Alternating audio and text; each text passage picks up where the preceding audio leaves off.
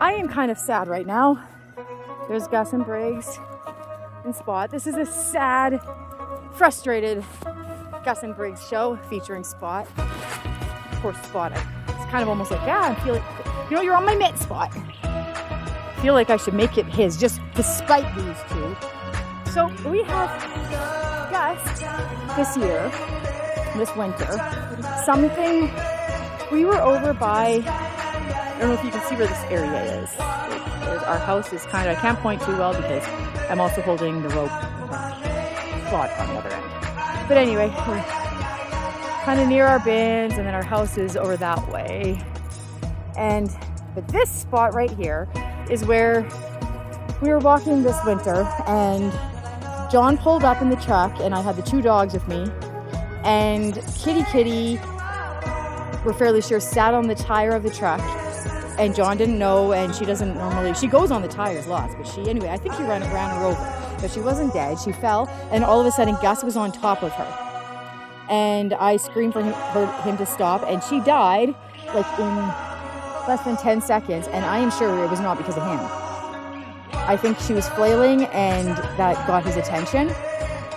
So it was not Gus's fault, but it was very disturbing, and I've been working with him somewhat with the, you know, leave it command and drop it command. I haven't actually had a chance to put those into action because he hasn't had a chance to try to eat another cat or something. But anyway, we have no cats left, by the way. Outside cats, other than Dobby, who's never going outside ever again because he will die. If the elements don't kill him, then Gus will. And this is something that we're settled on that. It's okay. We've come to accept that outside cats here don't have a good outlook. But anyhow, I was holding Spot at this spot right where she died. Seems to be the fantastic spot.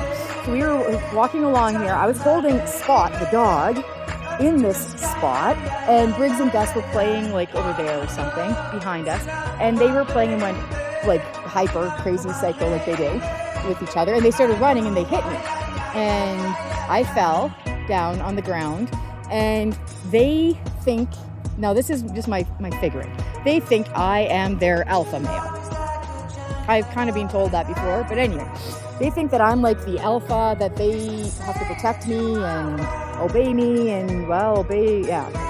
So anyhow, they saw that happen. They didn't realize they were actually the ones that did it. They thought Spot did it. So they attacked Spot, and I yelled for them to stop, but they didn't. So I dropped his rope. Go away.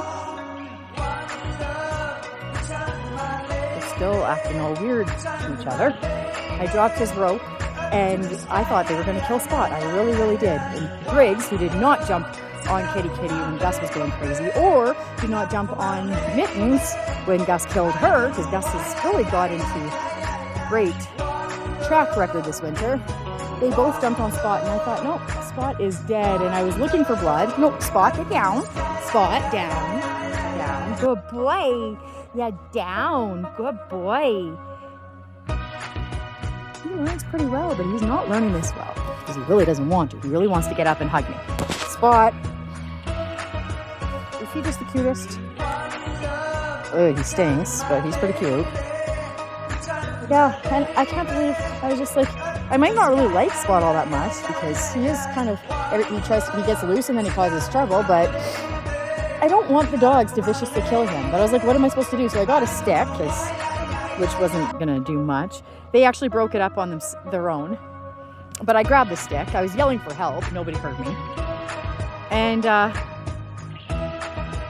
so I hit Briggs and Gus on the butt with it really hard. And Briggs looked ashamed of himself, like he somewhat knew what he did was wrong. But Gus, no clue whatsoever. He's moving their cows. They're moving cows and calves into this other pasture, where they're into the east pasture, where they're allowed to go. So yeah, it was a sad moment. These dogs are not hard to love, but they're hard on my heart.